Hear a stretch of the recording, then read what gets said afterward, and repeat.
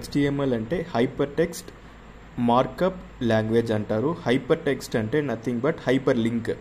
మనము MS office నేర్చుకున్నప్పుడు hyper link అనే వర్డ్ని మనము బాగా నేర్చుకుంటాం. Hyper link is nothing but ఒక టెక్స్ట్ని లింక్గా కన్వర్ట్ చేసి పెడతాం. ఆ లింక్ బ్లూ కలర్లో కన్వర్ట్ అయి ఉంటుంది ఆ టెక్స్ట్ అనేది. దాని మీద క్లిక్ చేసినామంటే టేక్స్ టు అదర్ పేజ్, ఇంకొక పేజ్కి అది తీసుకెళ్తుంది. నెక్స్ట్ మార్కప్ అంటే ఫర్ ఎగ్జాంపుల్ హైలైట్ చేస్తాం.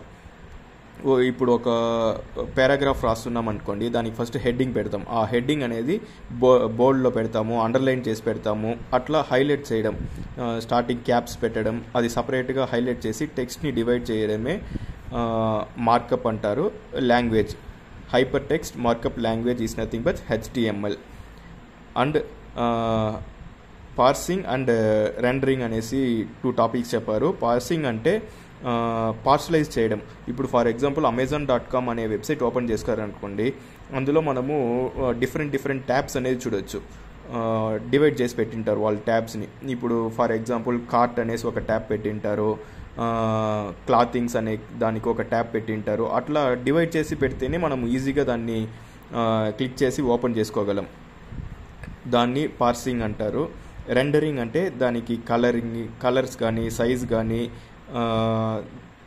ఒక ఆర్డర్లో క్రియేట్ చేయడాన్ని రెండరింగ్ అంటారు. Next CSS cascading styles sheets అంటారు. అంటే స్టైల్స్ ఇక్కడే ఉంది చూడండి, మనకి దీంట్లోనే తెలుస్తుంది. స్టైల్స్ అనేది క్రియేట్ చేస్తాం.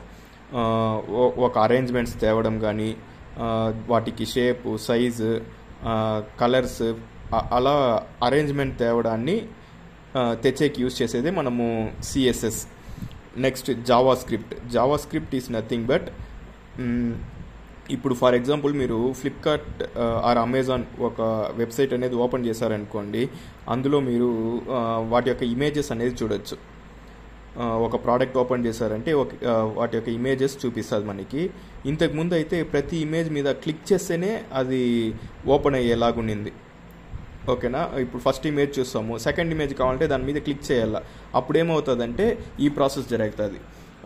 రిక్వెస్ట్ వెళ్తుంది సర్వర్ నుంచి, మనకి రెస్పాన్స్ వచ్చి ఆ తర్వాత లోడ్ అయ్యి మనకి అవుట్పుట్ అయితే ఉంటుంది. బట్ ఇక్కడ జావా స్క్రిప్ట్ యాడ్ చేసినామంటే ఆ కర్సర్ ఆర్ మౌస్ పాయింటర్ తీసుకెళ్ళి ఆ ఇమేజ్ పైన అట్లే జస్ట్ మూవ్ చేసి పెట్టామంటేనే ఆ ఇమేజ్ అనేది మనకు ప్రివ్యూ కానీ ఇమేజ్ అక్కడ చూపిస్తుంది. దానికి యూజ్ చేసేదే జావా స్క్రిప్ట్. మనకి లోడింగ్ టైంని తగ్గిస్తుంది. నెక్స్ట్ టాపిక్ వచ్చి నాకు రెస్పాన్సివ్ వెబ్ డిజైన్ అని ఒక టాపిక్ చెప్పారు.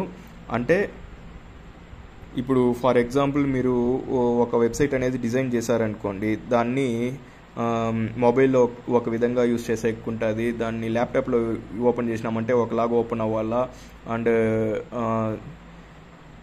వేరే ఏదైనా ఆపరేటింగ్ సిస్టంలో ఓపెన్ చేసినప్పుడు అంటే ఒక్కొక్క ప్లేస్కి తగినట్లు, ఇప్పుడు టీవీలో ఓపెన్ చేసినామంటే అప్పుడు ఒకలాగా ఓపెన్ అవుతుంది. అది అలా కాకుండా ఒకే వెబ్సైట్ డిజైన్ చేస్తాము, అన్నిట్లో దాని తగినట్లు అదే అడ్జస్ట్ అయ్యి ఓపెన్ అయ్యేలాగా క్రియేట్ చేయడమే రెస్పాన్సివ్ వెబ్ డిజైన్ అంటారు. నెక్స్ట్ వచ్చి క్రాస్ ప్లాట్ఫామ్. అంటే దీనికి ఫ్లట్టర్ అండ్ రియాక్ట్ నేటివ్ అనేసి 2 సాఫ్ట్వేర్స్ అయితే, 2 ప్రోగ్రామింగ్ లాంగ్వేజ్ అయితే యూజ్ చేస్తూ ఉంటారు. అంటే ఇది ఆండ్రాయిడ్ కోసం, ఇప్పుడు నార్మల్గా అయితే మనకు ఆండ్రాయిడ్కి ఒకలాగా రెడీ చేయాలా, యాప్ డెవలప్మెంట్ చేయాలా, iOSకి ఒక యాప్ డెవలప్మెంట్ చేయాలా, అలా కాకుండా దేంట్లో ఏ ఆపరేటింగ్ సిస్టంలో అయినా ఓపెన్ అయ్యేలాగా యూజ్ చేసేకే ఈ క్రాస్ ప్లాట్ఫామ్ అంటారు. Thank you for watching learn with D.